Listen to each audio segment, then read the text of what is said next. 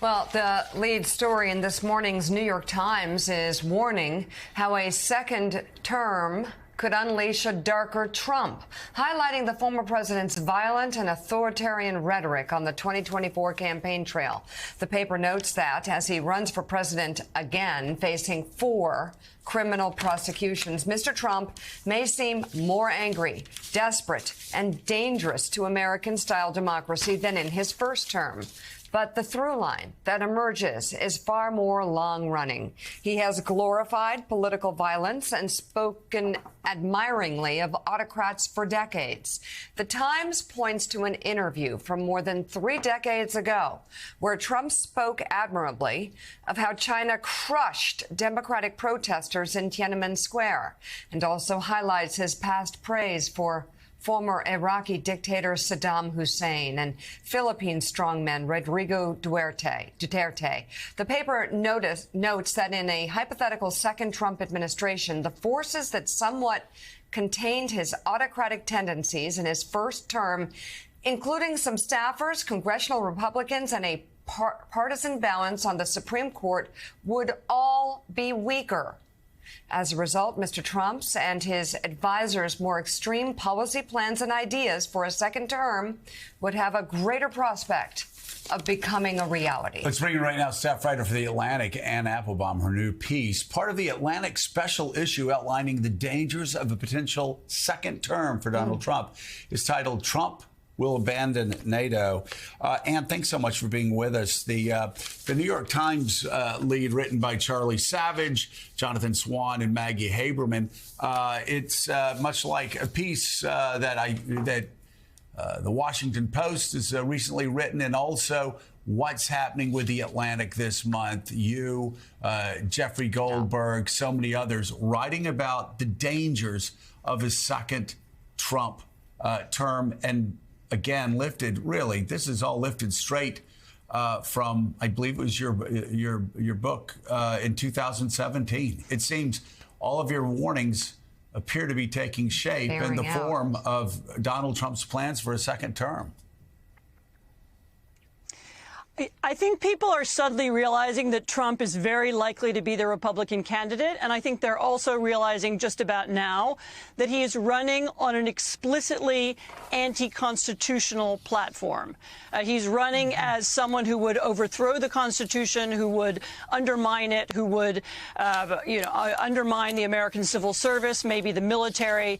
And I think that's why you're suddenly seeing so many people writing about it. In fact, your previous item, we're already having a taste of what a Trump second term could look like in this battle, really irresponsible battle over funding for Ukraine. Here is an ally who we've been supporting bravely for the last 19 months. They are fighting on the ground. They are, undermining the army of one of our important geopolitical rivals, Russia. And we're, arguing in Washington about whether or not to keep helping them. I mean, that's outrageous, but it's a taste of what could happen if Trump were to win, in which case he's very likely to say, I don't care about Europe. I don't care about NATO. I'm leaving.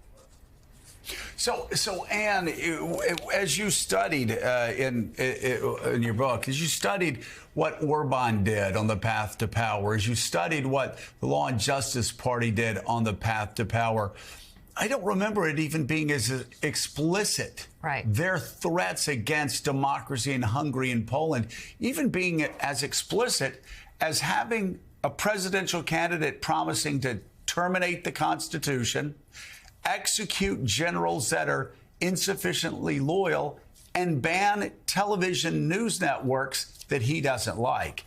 Again, in the campaign phase, this seems far more explicit, far more extreme than even what we saw in Orban's rise and the Law and Justice's rise in Poland.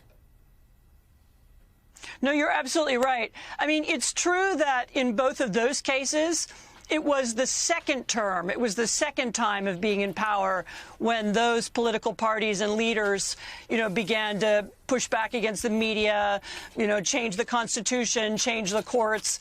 And so in that sense, this is a parallel. But you're right that this kind of language about,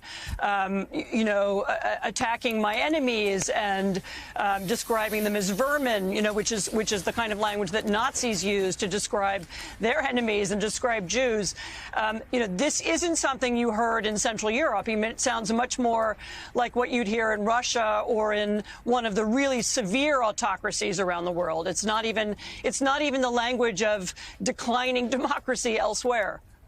So, Ann, let's be specific on your piece about Donald Trump getting out of NATO. First of all, how that would work. What does it look like for the United States to get out of NATO? And the implications of that, given what we're living through right now in Ukraine, given President Biden's efforts to strengthen NATO, that has added members on the cusp of adding another here still, getting 800 miles of new border up along Russia with its latest member. What would it mean for the United States to withdraw from NATO? What would it mean to the world? So first of all, it's important to understand what NATO is. NATO is an alliance based on a pretty open-ended treaty. Article 5, this famous Article 5 of the NATO treaty, just says an attack on one member will be treated as an attack on all. It doesn't say what you have to do. There's no obligation to do anything.